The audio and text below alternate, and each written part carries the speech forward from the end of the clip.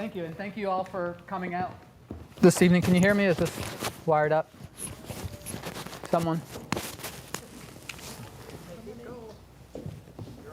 I'm on? Okay, good. That's better. Now I can hear myself. Again, thank you for coming out. I think we just beat the rain. Appreciate, again, on a Thursday evening coming and listening to the results of the poll. A few things just before I get started. I did this survey for a few reasons, but really fundamentally, I'm an Austinite, and I'm out and about and hear lots of controversy about Austin and what it is become, because it's so different than the town I arrived in the 70s. And it's evolving. And you hear, oh, we don't like the growth. We do like the growth. Oh, it's a better quality life, worse quality life. What are older folks doing? They're leaving town. Younger people don't want to come here anymore. It's too expensive. And you hear all these different opinions. And so I thought, a tool that I've used for years, it's my craft, is polling. And it's a way to understand in a scientific, balanced way what people are really thinking. So I've noticed that Austin doesn't have one of those. Every once in a while there might be a political one, or a lobby group or special interest would do it. So I just thought I would do one, no agenda other than to try and do the best job possible of understanding what Austin's thinking. And we did this last year, and I think it worked really nicely. People were interested, but the question people kept having is say, but we really want to get deeper into who we are. So really that was the objective of this poll, is to better understand the cultural identity of Austin. And just real quickly, a few things so you know is we objectively talked to, in a random fashion, about 800 people, both inside the city and outside the city. So we got a representative sample across demographics, and we had to weight it a little bit to represent the Census Bureau data of what Austin has it looks like, but very, very little. We had to up a few ethnicities and income brackets just to make sure that these results reflect what the census said Austin is made of. And let's start here, because really when I step back and look at what did we learn this time, and we saw it last time, but I think it's even more pronounced this time. And we talk a lot about Austin, about gentrification of Austin, urbanization of Austin, Californication of Austin, and what I'm seeing, and it's a new term, but I really suggest that people start incorporating in their vocabulary, it's the youthification of Austin. And what that means, it really comes down to demographics and lifestyle. Demographically, and this is a real interesting point, is we have the highest density of millennials of any city in the country. And this is according to Nielsen, and they looked at all metropolitan areas. We have more young people. And if you look at it through a few other lenses, other groups have said the same thing. We have a very young population, and we've got a university that brings young people. And one other thing, the Brookings Institute is starting to say, jobs attract other jobs, and youth attract other youth. So we're on a pretty clear path of what's going to be happening in Austin, and we're calling it youthification. And what's interesting about it, when you look at all this data and you try and understand what is the real differentiator here, that differentiator is youth, more so than income, more so than education, more so than race. Now, and even neighborhoods. Now, all that matters, but if you want to know a different view, look to age. Another takeaway that I had that came across not only in the survey but also in talking to folks about it is how important affordability is to the community. Obviously traffic is the biggest issue. It's probably, if we asked what are the top three, if they could on the survey, they would have said traffic, traffic, traffic, and I'm sure anyone who had to commute over here, it was a hassle and finding parking. But the one thing that changed year over year, because we've done this poll in the past, is affordability has doubled as a factor that people are concerned about. And so it's really becoming more important as the city gets more important. As I've learned in conversations, it's one thing to say that, the city, oh yeah, downtown, things have gotten, real estate's increased 15%, or, over the past few years, it's gone up 30%. Well, almost no one's income is going up at that rate. And so affordability for anybody who's here becomes a bigger issue as it gets more expensive. And so when you look at inflation rates and things like that, I'm not sure they're that relevant if you're here in Austin. So let's go to the next slide.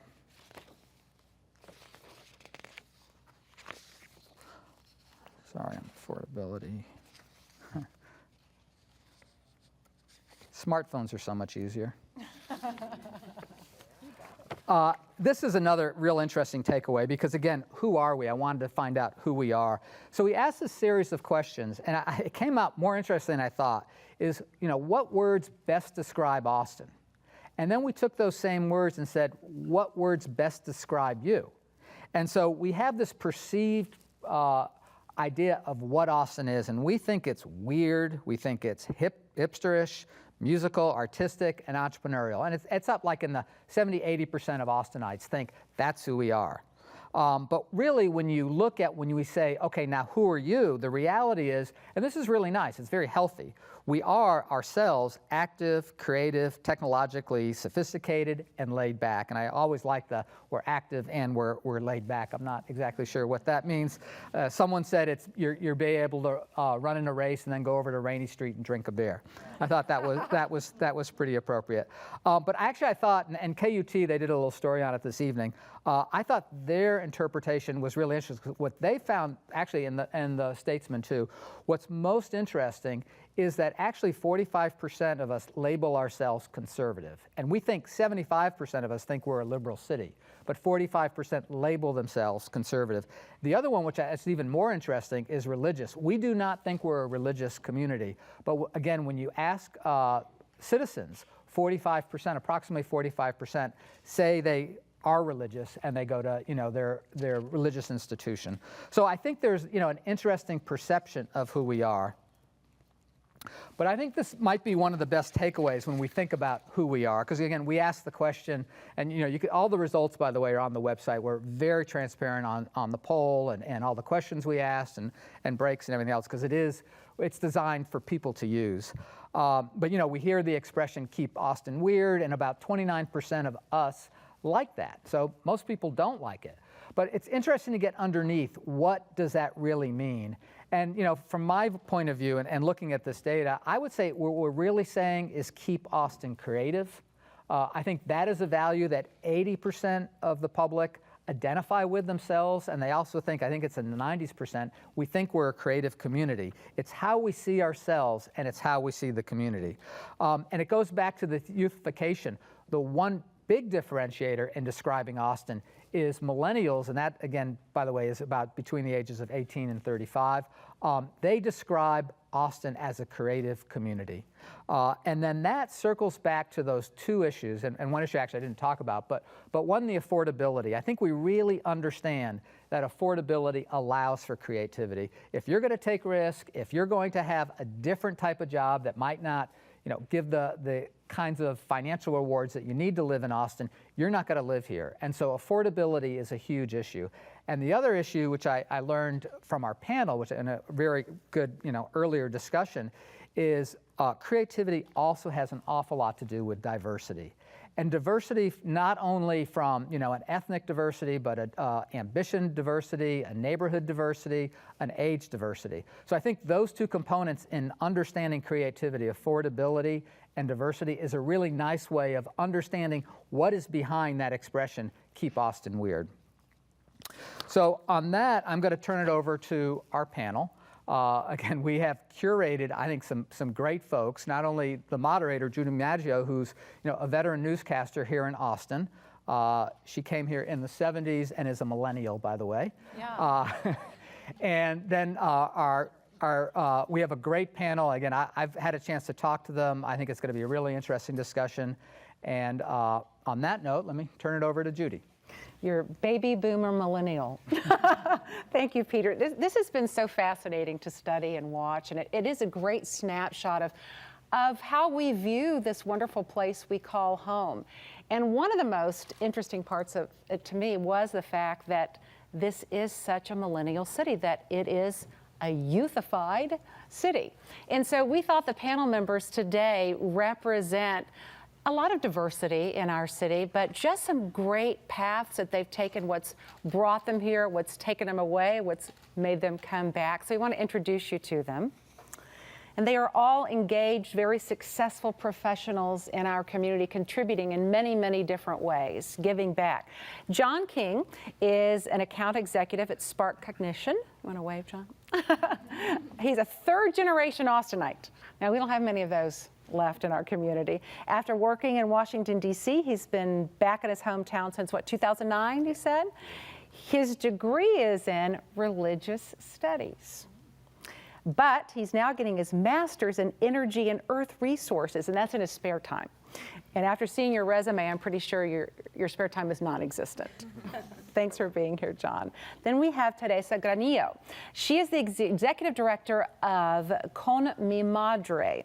Now, she is on the front lines every day of helping low-income Austinites, mainly Latinas and their mothers, and getting them engaged in school and activities and keeping them on the right path. So she sees that gentrification. She sees that big wage gap that's so existent in our community today. Her background is in social work. She has her PhD in social work. She was a professor at the university, but she left to pursue this dream of running this nonprofit. And she is the first one in her family to go to college. Is that right? Neither one of your parents went to college, and she grew up in Tucson. Then we have Joa Spearman. That's Joa right there. He spent his childhood in Killeen, but used to come visit Austin and always loved visiting relatives here and got here as fast as he could. And if you live in Killeen, you always want to live in Austin, right? So you got to go to UT. I know you had a lot of choices in school. You went to UT and you worked in DC as a speechwriter, and he's launched several successful startup companies. And he came back to Austin about 6 years ago. He co-founded an Austin startup called Localer. Am I saying it right? And it's a really cool travel app. I invite you guys to check it out. And I thought that I was Austin proud until I met Joa. And I know you're not going to be able to see this from where you are, but Joa, by the way, we found out how many percent of people in Austin have tattoos? Is 29%. 29% These of are Austin. the important facts. Yes, this is, yes. We've gleaned some great. 29%, and the national average is 21. And, but Joa has a tattoo that is the seal of the city of Austin on his left arm. That is Austin proud. Yep. Isn't that amazing? And finally, we have Tracy Hughes. Now, she's from Houston, and I understand why you love living in Austin, because I grew up in Houston. I'll never go back to Houston. She's a leader at Filter Digital. She's involved in recruiting creative folks in digital marketing as well. And she has 2 degrees from UT, and after a stint in Los Angeles, she's been back in Austin, 15 years? Is that right? I've been here total about 15. Total about 15 years, and I understand you never want to leave. That's right. I don't either. Aren't we glad we get to stay? So we've got some questions for you guys. And you know what? Since you have the microphone, Tracy, I'll have you start. Briefly, what do you love most about Austin? And what just drives you nuts about our city? I'll start with the things that drive me nuts, because I'm sure that we have those things in common. Traffic is a big one. And I do think affordability. I've been here long enough to kind of see that change and see opinions around it change. And sometimes it can deter people from moving here. So I think that's difficult. In terms of things I love, there are a lot. I think that, we're vibrant. We feel like a small town in the sense that, we all have sort of 3 degrees of separation to one another. At least I have experienced that. But we have all the things that a big city should have. Great restaurants, great shopping. I've seen that grow as well. We're drawing more and more companies here, whether it's a branch or a headquarters location, and we're getting, I think, a lot of really strong brain power that's moving here and graduating from schools here. So I love that about it. And all of our panel members, I think, have been up for awards at Austin Under 40, which is another great thing about our city, and it's great hearing you guys connect and talk about that. Joe, a favorite thing about Austin and the one thing that drives you nuts, or the top thing that drives you nuts? Yeah, excuse me. My favorite thing about Austin is, I'm an entrepreneur, and I really love that about Austin, that it's a city that I think caters to people that are entrepreneurial. We're perceived to be entrepreneurial, and I think that's part of our reality as well, is that we are the city that caters to whether you want to start a new restaurant or a bar or a tech startup. So I love that about Austin. The thing, along with traffic, the thing that I think is really a little annoying about Austin is, for a city as intelligent as Austin and as kind of liberal, I suppose, and as engaged, is that there's not as many, there aren't as many people that are really engaged in the political scene here in Austin. The voter turnout is always extremely low compared to cities, I think, that have our kind of brain powers you spoke to. And so I think that that's something that is really going to have to change, especially switching to the new 10-1 system for representation. And then, you know, with issues like affordability and traffic, we need more people that get engaged in the voter process. And you didn't say what you loved about it. Oh, well, what I love that it's entrepreneurial. Okay, so I love entrepreneurial, it's this okay, kind of right. city that, you know, someone like myself who, you know, I think one thing that the poll speaks to is technology is an industry that the Right. city agrees is Yeah. important. And one of the challenges with Austin is its declining kind of African-American population, and technology is an industry that itself has a problem with that same issue. Right. And so it'll be interesting to see, you know, as we get more, I think, reliant on these growing industries like tech, if we can balance that with our need for our diversity as well. Teresa. Gosh, there's so much that I love about Austin, so I'll try to narrow it down. But I really think that that word active that came out in the poll speaks to what I love about it. And it's not just physical activity. I love that part too, that everybody, you go to Town Lake or wherever and people are out there running no matter how hot it is. I love that. But also philanthropically, people are very active. This is a city that's just booming with nonprofits and people who want to give back, whether that be financially or more so with their time. They want to make an impact. They come here to make an impact. So I really love that part of the city. The thing I least like about the city is the economic segregation. It breaks my heart to see, to be in downtown Austin and see the vibrancy and everything's going great and people are moving here and it seems like the perfect place to be.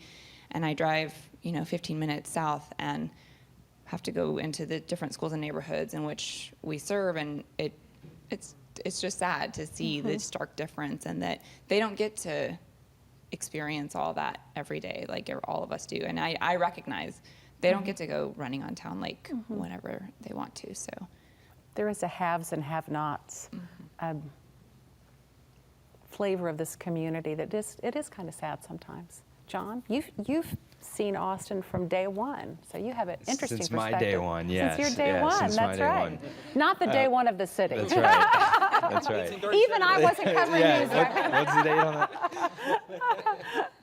that? I guess there's not anything in particular that just drives me crazy about Austin. And this is coming from somebody who I've always worked in the city center and now work in Northwest Austin. And so my commute I have to go around the city one way or the other. So it's 183 or 360. So I sit in traffic a lot. I get it. It's not one of those things that just drives me nuts. I think to kind of piggyback on Joa's, 11% turnout in voting. I think that for me the biggest thing is that small minorities of folks have had traditionally a lot of say in city politics because they get 5 or 6 folks to show up. And I don't mean diversity ethnically or demographically, just a small minority of neighborhood groups or folks in certain pockets of town. And so they've been able to really dictate the direction of the city. I'm excited about the 10-1 and the new city council structure because it's clear that we have to start thinking 10, 15, 20 years ahead. And so that's maybe where my concern is. What I love about Austin is that for me it's home, and I mean that not in the sense that I was born here and my family's here and so many of my friends are here, but I mean that in the sense that, and I think so many people come and move here and stay here because it becomes home to them, whether it's entrepreneurism, the nonprofit philanthropic world. There is a tremendous amount of support for others in this community. We are a very caring and generous community. I moved back from DC. This was post 2008, so was struggling to find a job that I could really grasp and care about, get really excited about in DC. I moved back to Austin without looking. I was able to, because of friends, family, network, was able to find something that I really loved, helped me grow. And I think that for Austin, that's why we're a thriving entrepreneurial scene, and the philanthropic scene is so thriving because everyone's willing to help out and lend a hand and really support each other. So home is really what I love the most about Austin. Great answers. I really want to touch on traffic because this is the #1 concern and affordability. But let's start with traffic. I'm curious to know how each of you commute to work, how long it takes, if you found some tricks, and also if you support, I think that the three things that people said that they would support is top three things, dedicated express lanes, more bus routes, and above ground rail. Let's face it, we're in Texas and people like to drive their cars or trucks, but we've got to do something. So I'd love to hear just some thoughts about transportation, traffic, how you guys get to and from work, and what you think some solutions are. Well, I'll You start can start since I've got since the you mic. have the microphone, John. Go for it. So I commute. I own a car and I own a truck and SUV, and I commute. And I used to not commute very far. I always worked and lived pretty central. Now I commute pretty far. I'm not going to tell you my tricks because I don't want to keep those secret. Anybody else I don't have very many, but Okay, but you live south? I live south, so in 78704, and I work in 78730. So it's quite a commute. I really am a big all of the above strategy person when it comes to transportation. I'm even a big fan of the above ground gondola idea. Oh yeah. I mean, I think we pitched that a couple years ago. The guys, I think it was Jared Flink and Michael McDaniel from Frog Design. At the time, they were with Frog Design, and they ran the numbers, and it makes sense. I think people look at it and they think, well, that's crazy, and it doesn't fit in the box, so we can't do it. But I'm really, truly all of the above. I think more bus lanes, longer routes for buses, right, that go outside of the city center. Above ground rail, underground rail. I would love to see 35 put underground, and we could use that space again. So I'm really open to whatever makes the most sense. But again, having that for transportation too, not just 10 years, but 20, 30, 40 years. We can get ready for Elon Musk's, for his. I know Teresa has some interesting transportation choices. So I think they're referring to the fact I own a Vespa. So I moved to Austin in 2011, and I feel like I just embraced the city and the culture really, or maybe I moved here because of the city and culture embraced me. But yeah, so I have a Vespa and I also have a Mini Cooper, so I like fit right into like the whole scene. And so yeah, my Vespa's in the shop, so I haven't been using it as of late, but which actually kind of drives me crazy because then it means I have to get in the car and be on the highway. And I also am in the 04, and I don't have a very long commute. My office is at UT, so it's interesting though because although the distance isn't long, there are times where I sit in traffic for a good 30 minutes on 35. I love the idea of underground or above rail because when I was in grad school, I spent a lot of time in Chicago and just really think that's the way to go. People are just so much more active. I think more active and out there walking, and the walking lifestyle is something that I think would really round out Austin. So I'm all for it. Any other thoughts on transportation Yeah, before we move to affordability? Yeah, I mean, for me, as a person in the tech industry, I travel to San Francisco often, and I think that was one of the three cities that people in Austin compare to. San Francisco, I think it was Portland, maybe Seattle, and if you think about what's happened in those three cities, those are cities with much more robust public transit solutions than what Austin has.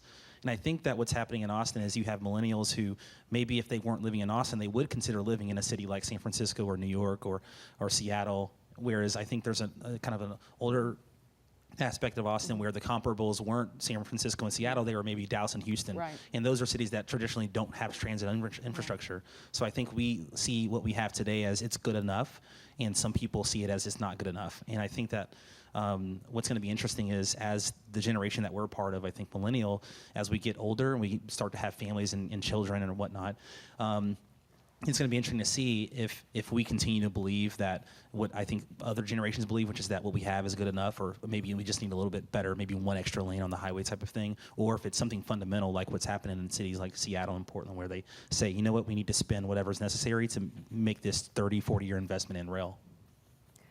Since we've talked a lot about transportation, I want to talk to Tracy about affordability because I know from visiting with you all, I believe you're the only homeowner here. I am a homeowner. Oh, you are? Okay, all right.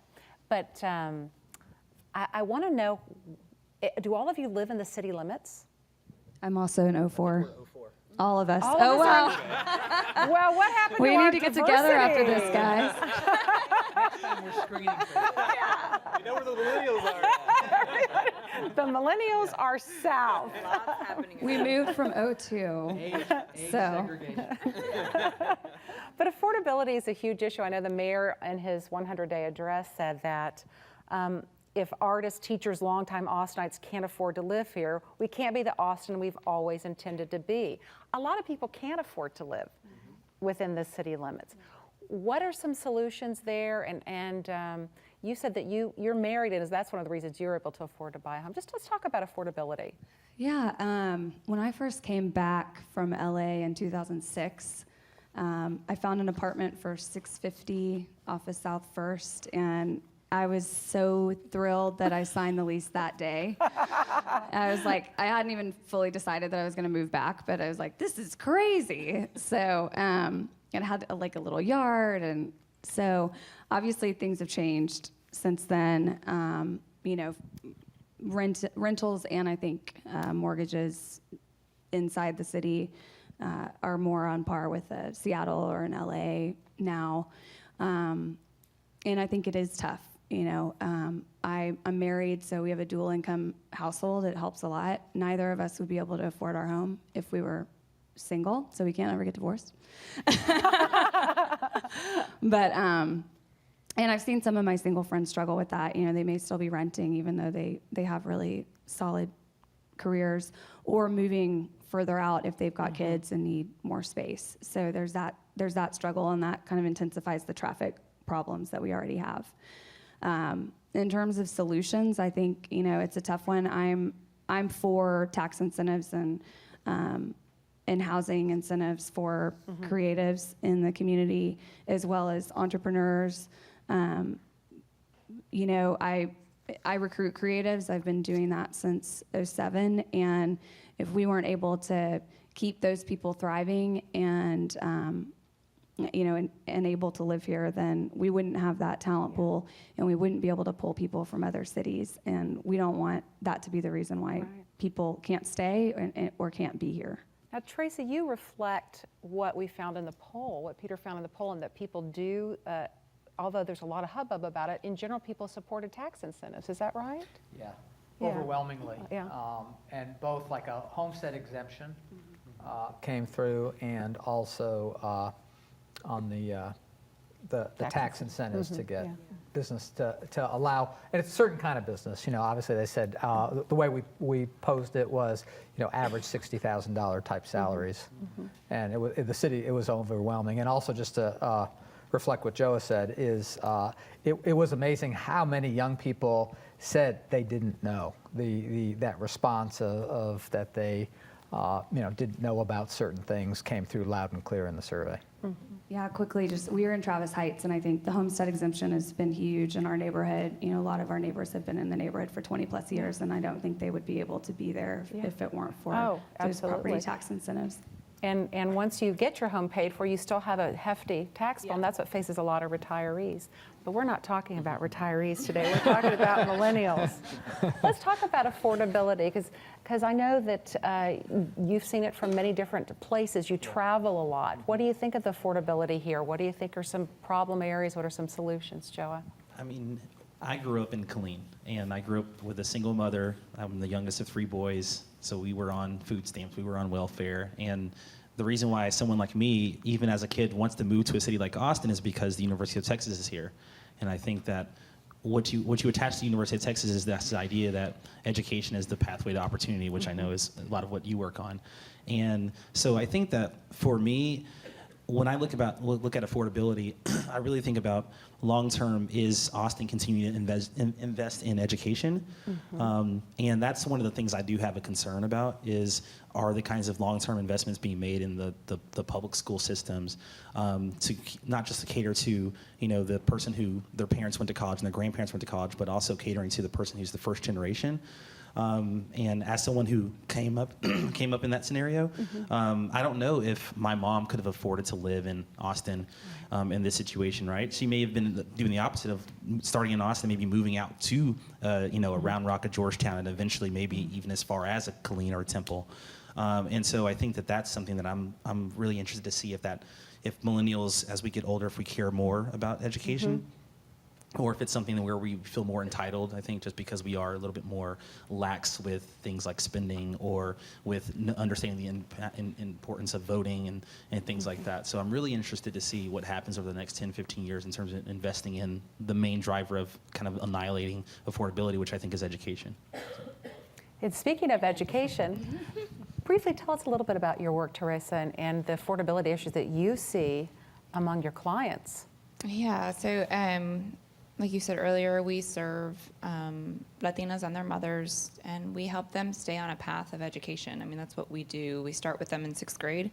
So we start early, and we stay with our mother-daughter teams until they graduate from college, making sure that that's not just you plant the seed, but that you actually see them through it, and that it becomes not an if, but where am I going to go to college? And we've seen the generational changes that once one person in the family, right, and I was a first gen too, once it happens, it just, then it's not a question of if anymore. But the whole issue of affordability, I see it firsthand every day with our girls. We serve 550 mother-daughter teams a year, and I can't tell you how many times we go through our roster to try to contact one of our families, and phone's been disconnected. We call the school, they've moved out of the district. There's no way to contact them.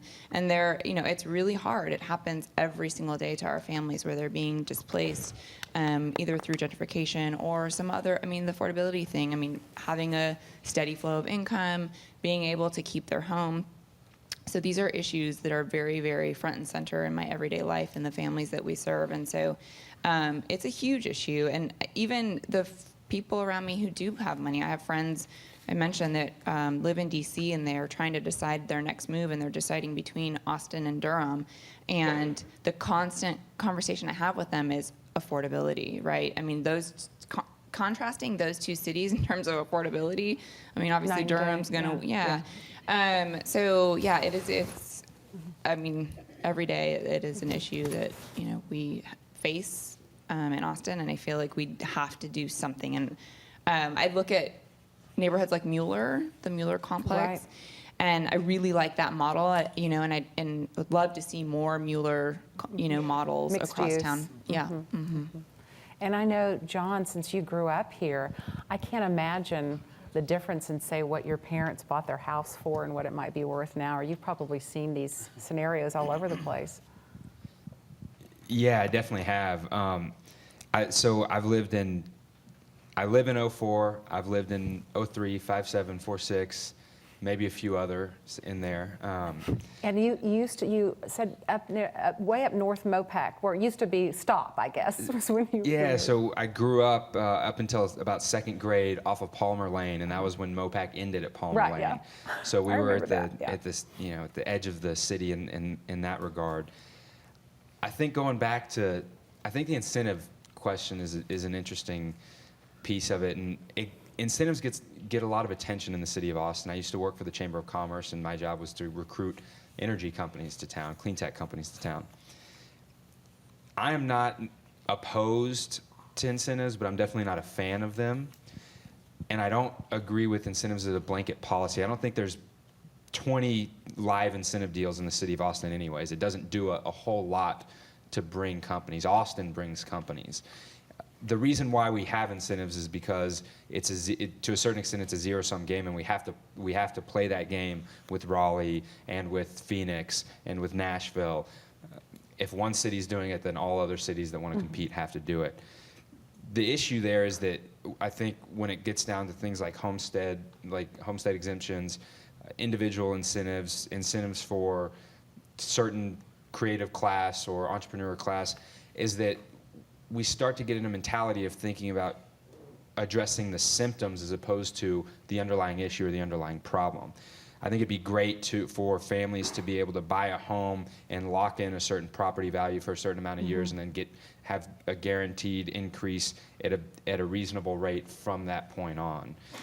But to retroactively or try to incentivize certain classes or companies or whatever it is, I think is more putting a Band-Aid on the symptom instead of kind of peeling it away and looking at, well, what's the underlying issue there? So you'd rather see specific programs aimed at certain populations to keep them in their homes or to allow them to buy homes in the first place? Yeah, maybe so. I mean, I've heard anecdotally, I don't remember where I was. I was at some community event and was talking to a family or a gentleman who lived in the home that he grew up in. It was the home that his mother owned in the Allendale neighborhood. And it's just to a point where they can't afford to live there anymore. They haven't upgraded the house. You know, they haven't put a lot of money into it. They've just maintained it. But they're being driven out of that neighborhood because of the increase in the cost of living. And I'm also somebody who's not at all opposed to the growth and evolution of the city. Yeah. I'm a big fan, but I think we should look at ways to do that while also protecting what is the heart and soul and the history of Austin. So you see the city from a different perspective than baby boomers. I know there's I see some other baby boomers out there, pretty sure. What do you think our generation, as we watched Austin go from this sleepy town to this amazing technological mecca and all this growth, do you see some mistakes that we made, or what would you do differently? I'm just curious. Good question. Good question. Yeah, let's. Well, I'll let Joe take that. Yeah, Joe, go for it. You know what? We're making a mistake right now that the previous generation made. The first mistake was creating that divide, which is I-35 between East and West, and it's becoming an economic divide. But and it's also becoming a traffic problem, right? There is a traffic problem, and I think we're doing it all over again by not approving more robust transit solutions, because even as affordability is an issue, then let's say you are in a scenario where you're getting forced a little bit further out of Austin. One way to make sure that those kids can still have access to the amenities of Austin is to make sure that they can get into Austin, so you don't have this like urban desert situation where you have to be wealthy in a certain ethnicity or something to live downtown in Austin or in the city center. And so I think we're remaking that mistake we've already been punting on rail for about 10 or 15 years now, and we're probably going to do it for another 5 or 10 based on the way that the voter turnout is. And so I really worry that we're letting the problems of traffic exacerbate the problem of affordability because people don't have access. And so that's the mistake that I think I'm worrying that millennials are going to fall into the trap again as we become homeowners and we start worrying about things like property taxes, and then we control that by not wanting to invest in our own city through transit and things like that. So that's the problem that I see. Okay. Tracy, or? I'll be quick. I mean, yeah, I think that road infrastructure, it just wasn't planned for a city that was going to grow to be as big as we are. And then just to agree with Joa, I think it's, transportation solutions and everybody getting on board with changes that we have to make, even if they might be uncomfortable. Yeah. Well, back in the day, we talked about building an east-west thoroughfare, and there was so much hubbub about it was never built. But if you notice, that's one of the problems. You can't really get to east and west in a quick manner. Okay, would you like to talk about what did we do wrong? Yeah, what did we do wrong? What did we do wrong?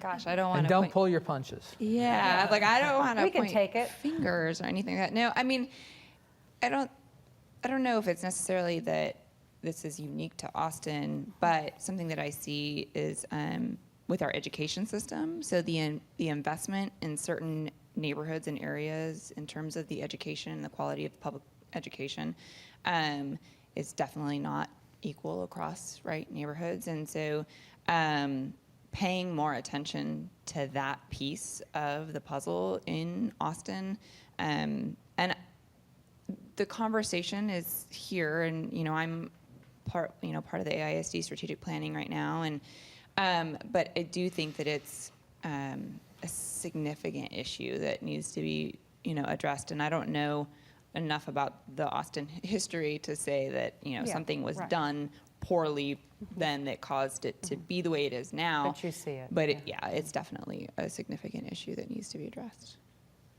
What'd your parents do wrong, John? Nothing at all. Good answer. But you know, something that we hear about a lot is the idea that the tendency or line of thinking that if we don't build it, they won't come. Right? I've heard that a lot. That has been the mentality amongst certain groups that had a lot of influence at City Hall. I can't speak to that because that wasn't my experience, but that's a story that I consistently hear. We might still be in a little bit of that mindset right now. I think that the biggest thing, again, that we should be doing is thinking 10, 20, 30 years ahead and pushing the envelope.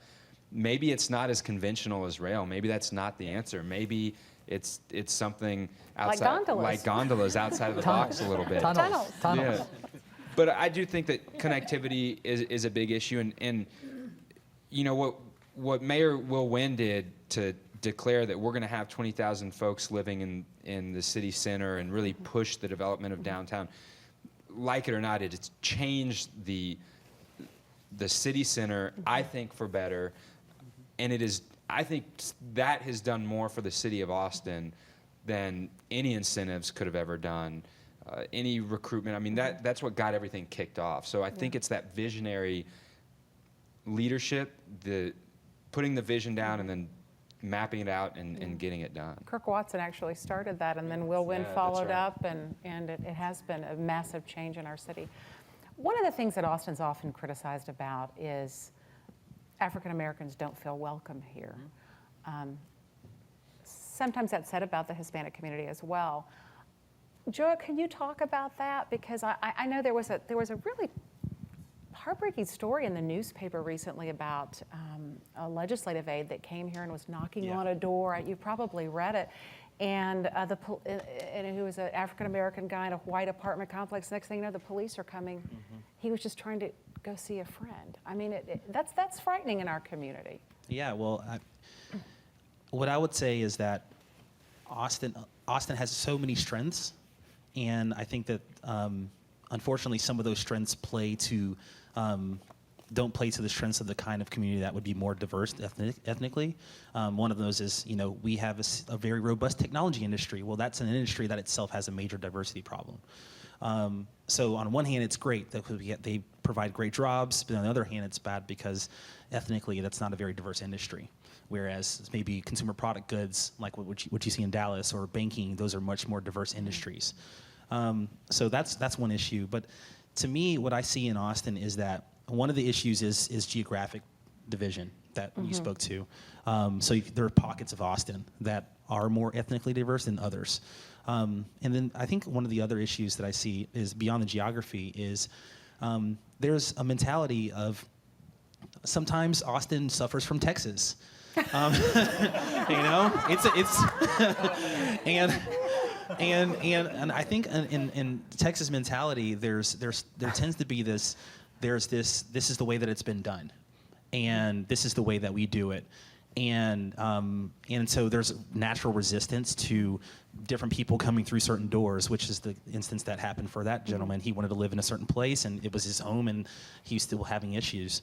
And so I think that Austin should really, along with transportation, really try to think outside the box, and that box being Texas, and really approach issues like diversity or affordability, not in the way that, you know, not just taking the best examples of what they do in Dallas or San Antonio or Houston, but really thinking nationally. I mean, this is a city with a national, really a global profile. International, absolutely. Yeah, I mean, this is a city that has South by Southwest. This is a city that, shockingly, honestly, about 30 people said that they could see the Olympics being here. That's amazing, you know. And so I think that Think of the traffic. yeah, and people are so afraid of new people moving here from other states or other parts. But Willie Nelson moved to Austin. You know, Tara Lacona, who is a good friend of mine who runs Austin City Limits, he moved to Austin. Tyson Cole, Paul Key, these are people who maybe they did grow up in Houston or California or New York, and they moved here. So this tendency to say, oh, you're not an Austinite unless you lived here the year before I moved here, Yeah, I think that's a part of that kind of Texas thing of feeling like that they want to own what it means to be local or what it means to be really Texas or really, and it's and part of what I love about Austin is that it's open to newcomers, or for the most part, but that resistance is a very vocal minority, and they have an outsized influence on what happens here. That sign that people put on Facebook sometimes that says Austin city limits, population full. My friends, oh, that's great, I love that, but then that really is kind of... it's like everyone wants to lock the door behind them. Yeah, and I'm here, but nobody else can come. And right? in terms of the African-American population, Austin's the kind of city where right now I think it's starting to cater to educated African-Americans, people with college degrees, master's degrees, PhDs. That's a great start, but ultimately we still need to think about people that are more working class that maybe don't have those degrees as well. Yeah. Teresa, if you could talk briefly about the whole diversity issue and welcoming. But did you feel welcome when you moved here? Yeah, I did, but I also recognized that I'm ambiguous looking, so anywhere I go, they're like, and it depends the context. Like when I went to grad school in Michigan, and people were like, "Oh, are you, Middle Eastern?" And I'm like, "No," but so no, I definitely I felt welcomed here, and that was one of the reasons I chose actually to come to Austin was because I was looking for a place like home. I grew up in Tucson. I was looking for a big Latino community, and we do have that here. That's a big presence. But I do recognize the issue with the African American population, and actually, I didn't recognize it as much until I would try to coax friends to come move here. And I have a friend who he did move to Houston, and that's a more diverse city, and he still couldn't stand it. He just didn't feel, like welcomed. And so I have friends who are, they are considering moving here, like I said, but that is a topic, a high topic of conversation. So, and I think that ultimately, it's the strategy. So our diverse populations aren't necessarily living in the city center. So it's like, how do we make it so that it's more welcome, so that everybody can mingle together, commingle? I want to ask another quick question. The poll itself, I want to start with you, John. We don't have too much of my time left. So did anything surprise you, because you've lived here off and on your whole life, so did you go, wow, I don't recognize that city, or that's unusual? Like I was a little surprised that it was as conservative as the poll shows, because people always, it's the blue city in a red state and that kind of thing. What surprised you about it? So there wasn't, to be honest, a lot that surprised me necessarily. And I wonder how much of that conservatism is actually maybe a little bit more libertarianism, and so it might be categorized as that. I know that mentality here is a little bit more free thinking in Austin, but conservative being in Texas. So I'd be interested to dig down a little bit deeper in what conservative means in that sense. Zandan Poll. That's right. I think one thing that's funny was this idea of how we categorize Austin and we categorize ourselves. One of the funniest things, I was looking at the results, we categorize Austin about midway through on the list. There was narcissistic, right? Austin is narcissistic. That was the last one on how we categorize ourselves as individuals. No one wants to admit to being a narcissist. That's right. But no, I don't. There really wasn't a whole lot that surprised me from the poll. I think that it speaks volumes to the city. I'm very involved with the Austin Young Chamber of Commerce, and we've done a lot of polling of our membership, and it was actually really incredible to see how it mirrored what we're seeing from our members, similar demographics with regards to the 21 to 40 age group. So I thought it was very powerful, speaks very powerfully to what's going on in Austin, and that we have a good idea of where people are, what they're thinking, and what they'd like to see. So. We need to turn over to Peter quickly to wrap it up, but I'm going to ask you to do something that I can't stand it when people ask me to do this, but I just want to know what you're going to say. If you could describe Austin in one word, what would it be? Well, you know mine, and it's home. Home, right. Teresa. I'm going to pass and come I keep seeing you and the dog on the paddleboard in Town Lake. You're the end of the line, Tracy. I think I'll say vibrant. Yeah. Creative. Creative. I think you cued me active. Active. Yeah, active. The one thing I have one quick comment is I would be so interested to see how the results of this poll would be different if you were to tap into some of the families that we serve. Okay. Well, that's a good segue for you to wrap things up, Yeah, Peter. you actually can, because we do have, it's with 800 people, you get representative samples of each segment. And, we certainly made sure we balanced for income. So I think if it's something you want to take a look at, actually that leads to the thank you, because first on learning more, the poll results, like I mentioned, is on zandanpoll.com. And there's a lot of topics we didn't touch on, everything from education to culture, that you can find those things. And I'm sorry, I didn't want to do the factoids during the conversation, so I didn't want it to be a distraction. But there's a lot of information on the website. And finally, again, I led the poll, and it was my idea, but there's by no means did I make it happen. And want to say some thank yous to folks, and some of you are in the room, and again, my dearest thank you. On community advisors, we had some folks outside of the community who, outside of some of the professional organizations, who we just asked and made sure would look at the poll and give us counsel. KLRU has been great as a partner. Research and Data Insights, where I work, with some folks who are here this evening.